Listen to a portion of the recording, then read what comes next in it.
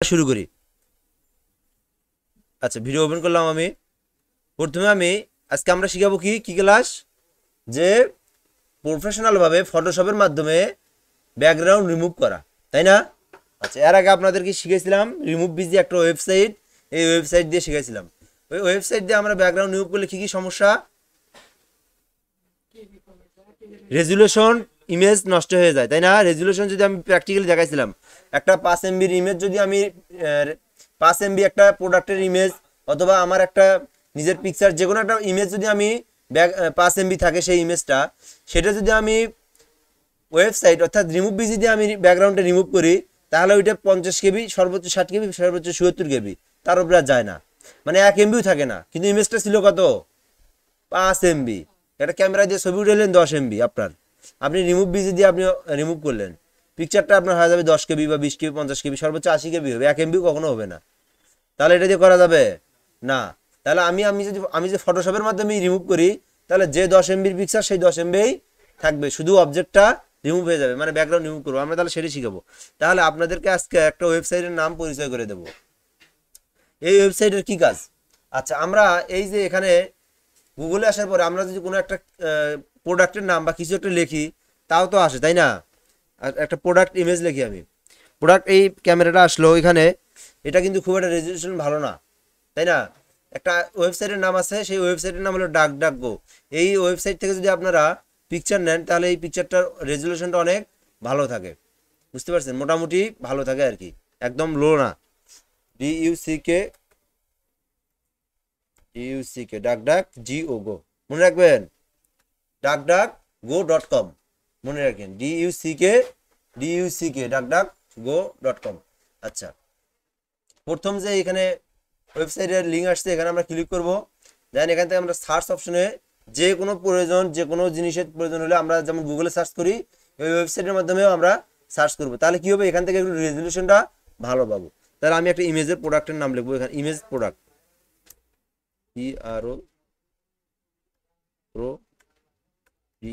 Product, পিকচারে click করবো, তাই না? পিকচার। আচ্ছা, আমি তাহলে প্রথম যে কি একটা সরিষার তেলের বোতল আসছে এখানে, এটা দেখেন 1400 x 1400, এটা হচ্ছে হোয়াইট হাইট, মানে প্রস্থ আর দৈর্ঘ্য। রেজুলেশনটা মোটামুটি অনেক ভালো, তাই না? কিন্তু আমি কি এটা গুগল থেকে পাইতাম, এটা এরকম রেজুলেশন পাইতাম না, কিন্তু এত ভালো রেজুলেশন পাইতাম না। দেখেন এখানে মোটামুটি জুম করলেও ফাটে না সহজে। এটার তাহলে একটা অনেক ভালো না, সুন্দর একটা ওয়েবসাইট না? আচ্ছা, এই ওয়েবসাইট থেকে আমরা কপি করব। তার আগে আমরা কি করব, ফটোশপটা ওপেন করে নিই।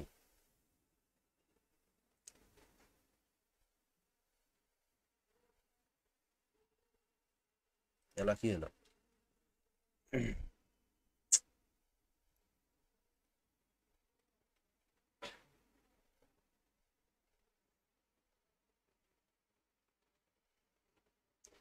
পিসি ভালো হলে তাড়াতাড়ি ওপেন হয়। আচ্ছা, তাহলে দেখেন আমাদের ওপেন হয়েছে। এখন আমরা কি করবো, এটা কপি করে নিয়ে যাবো। নিয়ে আসার বুদ্ধি কয়েকটা ধাপে আমরা নিয়ে আসতে পারি। কি কি ধাপ? সেভ ইমেজ আজ করেও নিয়ে আসতে পারি, অথবা কপি ইমেজ করেও নিয়ে আসতে পারি। কপি ইমেজ করে নিয়ে আসাটাই সব থেকে সহজ। এইটার পিকচার যদি হলো ওয়েব পিকচার হয়, জেপিজি পিকচার হোক, পিএনজি পিকচার হোক, যে পিকচারই হোক, আমরা এটা যদি জাস্ট কপি করে নিয়ে আসি, তাহলে অটোমেটিক আমরা জেপিজি আকারে পিকচারটা এখানে নিয়ে আসতে পারবো। অনেকেই ভাবে যে লোডিং নিচ্ছে, এখনো মনে হয় চালু হয় নাই, কিন্তু না, এটা কিন্তু ফটোশপ কিন্তু ওপেন হয়েছে। এটা জাস্ট প্রথম যে পেজটা এরকমই দেখা, এটা কিন্তু কোনো সমস্যা না। অনেকে কয়ে লোড নিচ্ছে, এখনো হচ্ছে না, চালু হয়নি। চালু কিন্তু আমাদের হয়েছে। দেন আমরা কী করবো, নিউ অথবা Ctrl N দেবো, দেন ক্রিয়েট দেওয়ার পরে Ctrl V। দেখেন সুন্দরভাবে পেজটা আসছে। দেখেন এখন আমরা এটা ব্যাকগ্রাউন্ড রিমুভ করবো। তাহলে ব্যাকগ্রাউন্ড রিমুভ করার জন্য ফটোশপের প্রায় 5 থেকে 7টা, তারও বেশি, প্রায় 10টার মতো টুলবার আছে। কিন্তু সব থেকে কোন টুলবারটা বেটার? Pen tool. আমরা পেন টুল দিয়ে আমরা কাজ করবো, আমরা অন্য টুল দিয়ে কাজ করবো না। ল্যাসো টুল আছে, কুইক সিলেকশন, তার background remover, eraser remover, subject থেকে করা যায়, বিভিন্ন প্রপার্টিস থেকে করা যায়, অনেক অপশন আছে। কিন্তু আমরা করব কি দিয়ে করবো, পেন টুল দিয়ে করবো আমরা। তাহলে কি হবে, আমাদের রিমুভটা একদম প্রফেশনাল ভাবে রিমুভ হবে, তাই না? আচ্ছা, তাহলে এটা রেজলিউশন খুব একটা ভালো না, তাও একবার খারাপও না আর কি। আমরা যখন বড় বড় কাজ করব, ওটার রেজলিউশন অনেক ভালো হবে, ক্যামেরা দিয়ে যেটা উঠাবে, ভালো ভালো ক্যামেরা দিয়ে প্রোডাক্টটা যখন রিমুভ করবো, ওটার রেজলিউশন ভালো হবে, যেটা যত জুম করেন সহজে ফাটবে না। আচ্ছা, তাহলে এটা আমরা রিমুভ করব। আচ্ছা, এখন আমরা pen tool pen tool select করবো। পেন টুল সিলেক্ট করার পর এটা কি আমার কাজ হয়েছে? না, কি কি সমস্যা আছে বলেন দেখি। পাত করে নেবো প্রথমে। শেপ থাকলে শেপ যখন ডিজাইন করবো তখন শেপ নেবো, আর যখন আমরা রিমুভ করবো, ব্যাকগ্রাউন্ড রিমুভ করবো, অবশ্যই মাথায় রাখবেন পাত। তারপর কি করবো, এখান থেকে সেটিংটা এই যে রাবার ব্যান্ড করে দেবো। রাবার ব্যান্ড কেন করতে হয় জানেন কি আপনারা? না, এই দেখেন, এই যে আমি একটা ক্লিক করলাম, আমার এখানে কোনো একটা অ্যাঙ্কর পয়েন্ট বা লাইনটা আসতেছে না, আসতেছে না, তাহলে তারপর কাজ করুন কিভাবে? রাবার ব্যান্ডটা দেন, এই দেখেন, বোঝা যায় কি, দেখা যায়? হ্যাঁ, হ্যাঁ, এটা হচ্ছে রাবার ব্যান্ড করি। অবশ্যই পাত করার সময় রাবার ব্যান্ড করতে হবে আপনার।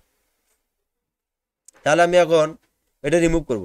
আচ্ছা, এখন আমি এই পাশ থেকে বা এই পাশে যাই, দেন আমি প্রথমে এখানে ক্লিক করলাম। আমি এইভাবে এটা সূক্ষ্মভাবে, আর এখানে লেয়ারটা ধরে রাখবেন সবসময়, যে ইমেজটার ব্যাকগ্রাউন্ড রিমুভ করবেন লেয়ারটা ধরে রাখবেন, তাহলে এটা জুম করে কাজ করবেন, জুম করে কাজ করতে হবে এই জায়গায়। আর একটা অপশন আছে কন্ট্রোল আই প্রেস করবেন, তাহলে এটা আরো সুন্দরভাবে আরো সূক্ষ্মভাবে আপনি রিমুভ করতে পারবেন। কন্ট্রোল আই প্রেস করবেন, তাহলে মনে রাখেন, ভিডিও দেখে মনে রাখেন। আচ্ছা, এখন সুন্দরভাবে সাবজেক্টটা অবজেক্টটা আমরা পার্থক্য করতে পারতেছি এখান থেকে। আমার তো এই জাত ভালো হবে না, এখানে মাউসটা ভালো নয়। এইভাবে রিমুভ করতে হবে আপনাদেরকে, অন্য কোনো ব্রাউজার থেকে আর করার দরকার নেই, এইভাবে রিমুভ করবেন আজ থেকে আপনারা।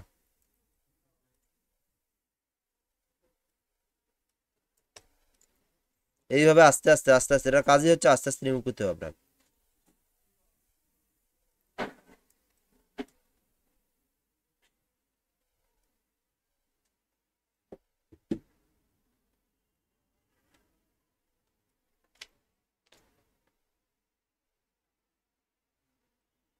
জুম করতে হবে, যা জুম, যতটুকু জুম করা যায় অতটুকু জুম করবো আমরা, বুঝতে পারছেন?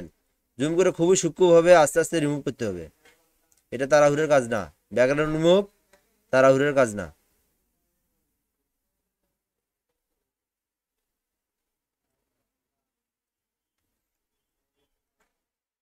কিন্তু এটা তো এক মিনিটও করা যায়, 1 মিনিট না, 2 সেকেন্ডও করা যায়, তাই না? কুইক সিলেকশন টুল দিয়ে 2 সেকেন্ডে করা যায় না? করা যায়, কিন্তু এটার মতো হবে না।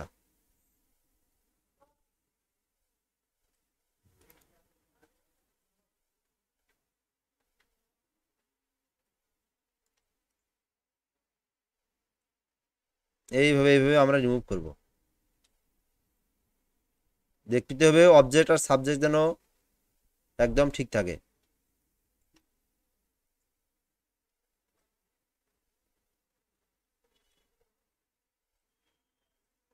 এবং ক্লিক করা যাবে না, অ্যাঙ্কর পয়েন্ট টেনে টেনে রিমুভ করতে হবে। এই যে এই জায়গায় মুখটার এই জায়গায় আগা বাগা যেগুলো আছে, এগুলো দেখতে হবে এই জায়গায়।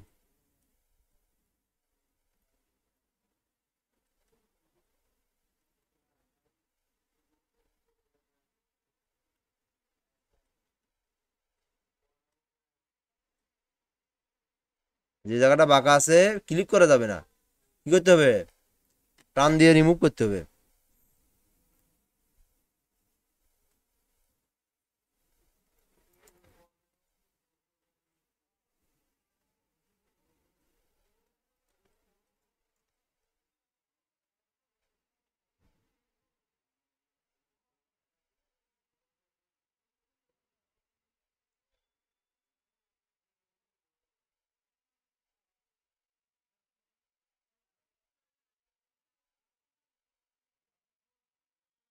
এটা আবার ছোট করেও দিতে পারি এখান থেকে।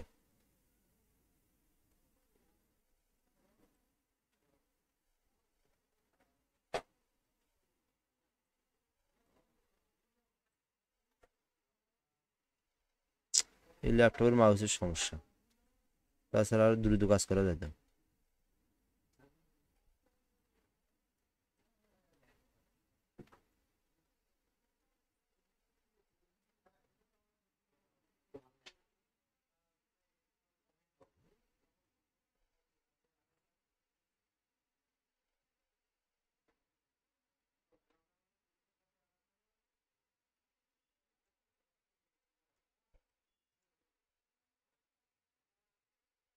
এটুকু একেবারে নেই, একটু কম বেশি হলে সমস্যা নেই, কিন্তু বেশি যেন না হয়।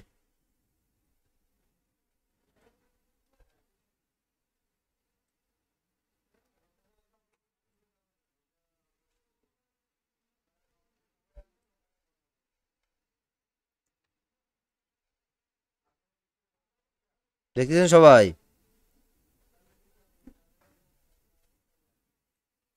দেখেন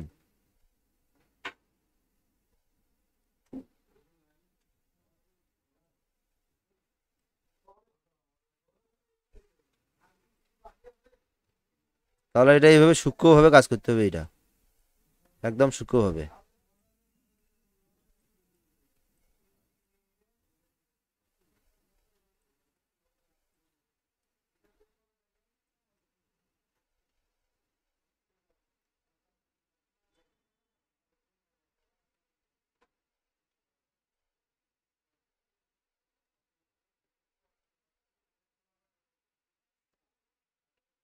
আচ্ছা, মোটামুটি অনেকটাই হয়ে গেছে তাই না? এইভাবে অল্টার ধরে টানে এটার সঙ্গে লাগিয়ে দিতে হবে। যখন লেগে দিবেন অবশ্যই অল্টার প্রেস করবেন।